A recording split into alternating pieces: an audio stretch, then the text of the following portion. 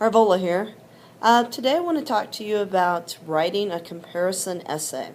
But before I begin that, I want to talk to you about a couple of words that maybe you've heard, maybe you haven't, and that you might be familiar with or not. And they are analyzing and synthesizing. Remember when we annotated the poems?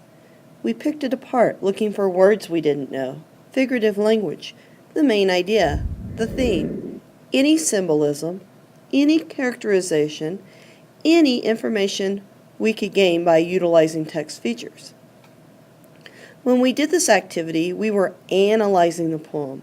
In other words, we were breaking the poem down into stanzas, and even more so than that, we were breaking the stanzas into lines to look for information to annotate on our text. In this way, we are breaking down the big picture or the big puzzle into smaller pieces. Today I will not be asking you to analyze, but to synthesize. This is a term used when you are putting things together. We're going to use the pieces we know, build on it until we have an end product, the comparison essay. Every time we use a smaller piece of the puzzle to create our final product of a comparison essay, you will hear the neurons firing. Like this. Okay, so let's get started. I have my materials. First of all, my writing prompt says, compare the poems Stopping by Woods on a Snowy Evening and Life. I will need a couple of sheets of paper, something to write with, and of course my 2 annotated poems. After reading the prompt, I am ready for my pre-write. This is where you put down any thoughts that pop into your brain.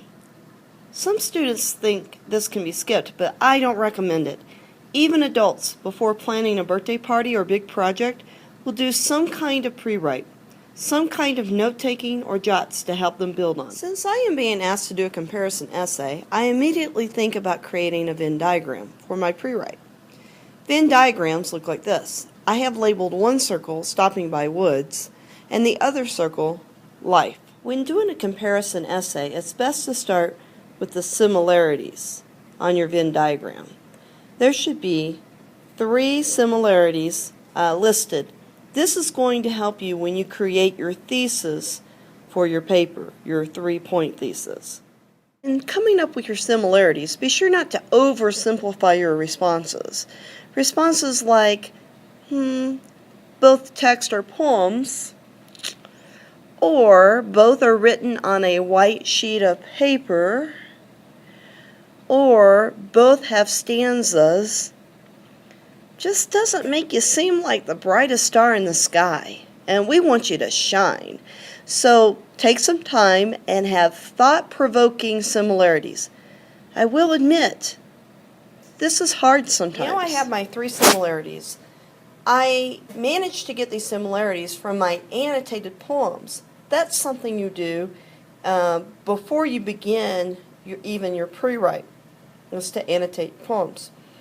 Okay, notice how organized I am. I even have numbered my similarities, 1, 2, and 3. The first similarity is that both poems have a theme that has to do with life. The second similarity is that both are rich in symbolism. The third similarity is that the poet's perspectives are both positive towards life. Both Frost and Madgett, the poets of Walking by Woods on a Snowy Evening and Life, Frost and Madgett, both of them feel like life is something of value and should be lived to the fullest. The next step I do in my pre-write is I start to branch out to my differences. So my theme, my first similarity is that the theme in both poems has to do with life. But in Stopping by Woods on a Snowy Evening, the poet makes a statement that we have control over our lives, while in Life, the poet, Madgett, says we do not have control over our lives. Now, I got that from annotating my poems and making inferences about what the poets are talking about. You are not going to find any of these differences right explicitly in the poems. You have to use inferencing. You have to make a leap of faith and make some kind of judgment that makes sense. So you have a similarity, and then how are those two how is that similarity different for the different poems? So we've used annotated poems. That is a piece. And we've used Venn diagrams. Okay, and I'm going to do my other two differences here next so that you can see how I laid it out. I went ahead and did my second set of differences. Right here, the similarity for number 1 is theme has to do with life, but my similarity for number 2 is it's rich in, both poems are rich in symbolism. Over here, Stopping by Woods on a Snowy Evening, the poet Frost uses woods, bells, and sleep as a symbol to stand for something deeper. In Life, Madgett uses a toy watch, infant, and an old man to symbolize something a little bit bigger than those objects. Now, let me just show you quickly where I got the information. Over here, as I was annotating the poem, it gave me a little hint up here in my text features about look for a deeper meaning that relates to a journey through life. So I used my text features here, and then I set up a chart on the objects that are listed in the poem and what I thought, again, an inference, what I thought that it symbolized. Remember, my inferences cannot be wrong as long as I can support them from the text. So this is where I got my symbolism, woods, bells, and sleep. Yeah. And then over here in Life, I did the same kind of thing. I set up a chart, and this poet talks about a toy watch, an infant, and a keeper, which is also the old man. Now I am working on my third similarity, and the third similarity is between both poems, that the perspective of the poet is that life is valued. Okay, so their perspective on life is that it, being life, is valued. But now that's a similarity. How I branch it off will be a little bit different. So in the poem Life, I made a comment that life can end at any moment. That's the perspective of the poet. Over here, the perspective of the poet is work through life's obstacles. Okay?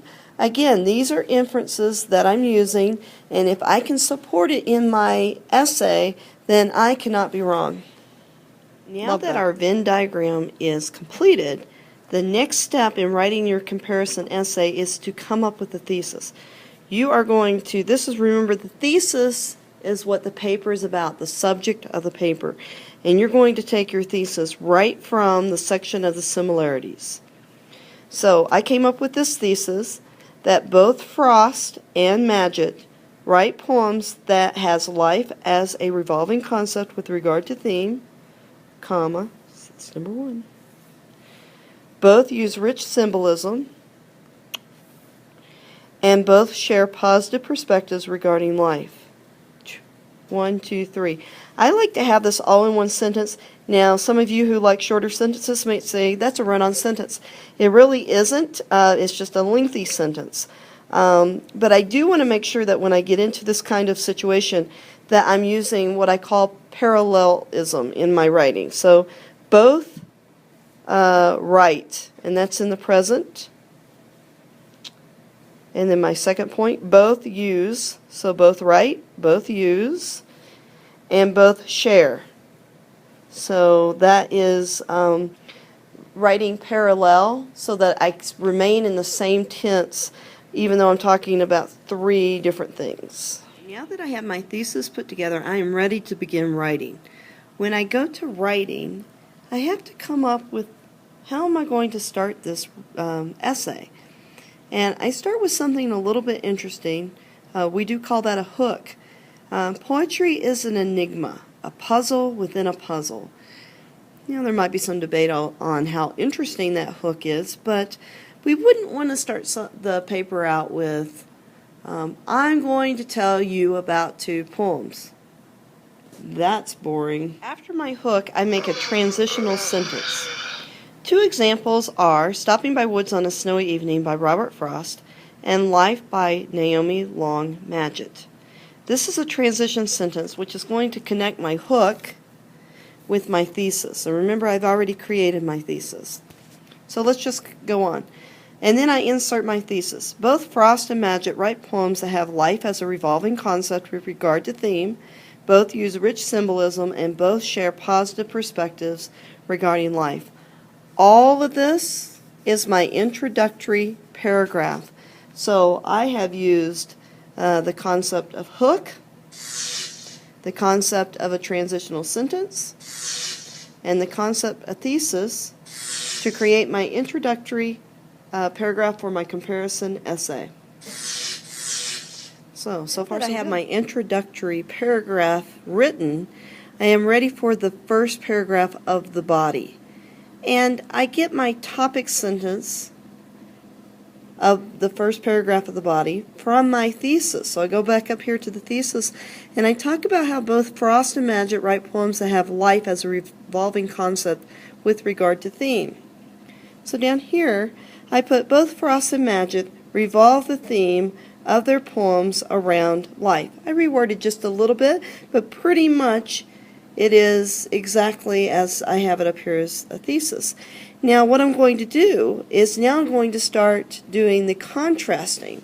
And if you go back up to my pre-write, the theme has to do with life, number one, and then come over here to Stopping by Woods, that I make the inference that Frost is saying that we have control over our lives. Now remember, I can't be wrong if I can support that, so now I'm going to attempt to support it.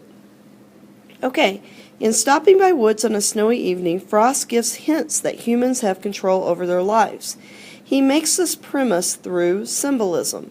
In stanzas 1 through 3, he paints a picture to the reader of a man traveling through the woods. While the literal meaning is a visit in the woods, the figurative meaning is the journey of life. Everybody's lives have ups, that should be ups and downs, revision as you go here, ups and down, have up and down moments. When Frost states, "But I have promises to keep and miles to go before I sleep," he is talking about working through the downs in life, to fight through the pain. Okay, I'm going to double check my grammar here and make some corrections. Now, the first paragraph of the body is talking about the differences branching off of the first similarity.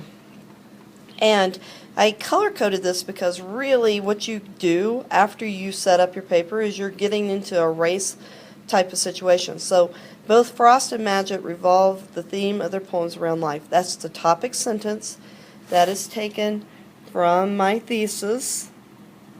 Okay. Then I start answering my own question. In Stopping by Woods on a Snowy Evening, Frost gives hints that humans have control over their lives. And I colored that blue for recycling. This is for green. Then I'm going to explain myself. He makes this premise through symbolism. And then I'm going to take something from the text. In stanzas 1 through 3, he paints a picture to the reader of a man traveling through the woods. Notice that I did catch a mistake, so I just did an editing mark there. Now I go back to explaining, which is red. While the literal meaning is a visit in the woods, the figurative meaning is the journey of life. Everybody's lives have up and down moments. Now I go back to citing the evidence. When Frost states, "But I have promises to keep and miles to go before I sleep," he is, and again explaining, talking about working through the downs in life to fight through the pain. Okay, now what I will be doing next is in the same paragraph talking about how Madgett uses life as a theme. So it will look about this long, but it will be the same paragraph.